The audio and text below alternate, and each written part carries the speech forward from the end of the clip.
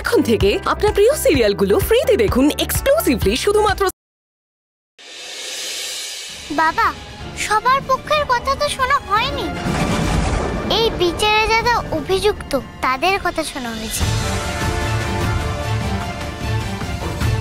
সাক্ষীদের কথাও শোনা হয়েছে, কিন্তু যার ক্ষতির জন্য এত বড় বিচার সভা, সে কি কোনো কথা বলতে পারবে না? তার কি কিছুই বলার নেই? নিশ্চয়ই বলতে পারেন রাজকোট, আপনি বলুন। বাবা,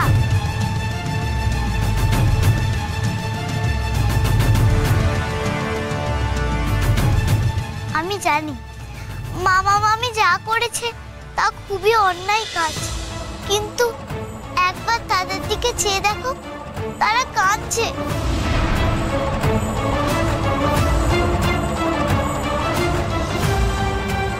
অর্থাৎ প্রায়শ্চিত্তের আগুনে তারা দগ্ধ হয়ে খাঁটি সোনা হচ্ছেন। বাবা,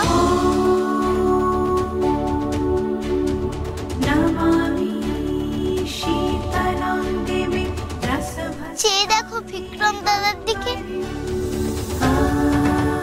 সে কতখানি কষ্টে আর যন্ত্রণায় আছে। সব থেকে বড় কথা, একবার দিদিমার মুখের দিকে চেয়ে দেখো, তার চোখ দিয়ে জল পড়ছে। বাবা মায়ের চোখের জলে কি কোনো রাজ্যের মঙ্গল হতে পারে?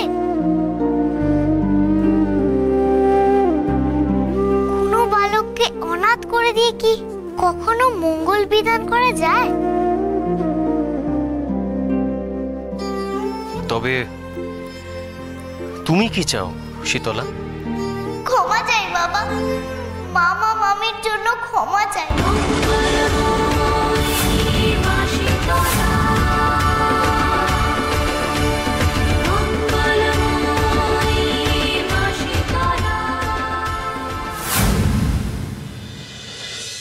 আমি জানি জরাসুর, এটা মেনে নেওয়া খুবই কঠিন, কিন্তু বাস্তববাদী তো তোমাকে হতেই হবে। তোমার এই বিপুল শারীরিক শক্তি শুধুমাত্র দৃষ্টিহীনতার কারণে কোনো কাজে আসবে না। এই শক্তি দিয়ে যে লক্ষ্যেই আঘাত করো না কেন, তা লক্ষ্যভ্রষ্ট হতে বাধ্য। আপনি তাহলে স্পষ্টভাবে বলুন গুরুদেব, আপনি কি বলতে চাইছেন? আমি কি তাহলে জড় পদার্থের মতো একেবারে চুপ করে বসে থাকবো? এত কিছুর পরেও শীতলাকে ছেড়ে দেবো আমি? যা বলছি তোমার ভালোর জন্যই বলছি জরাসুর। রক্ষা কবচ ছাড়া তুমি কিছুতেই নিজেকে রক্ষা করতে পারবে না।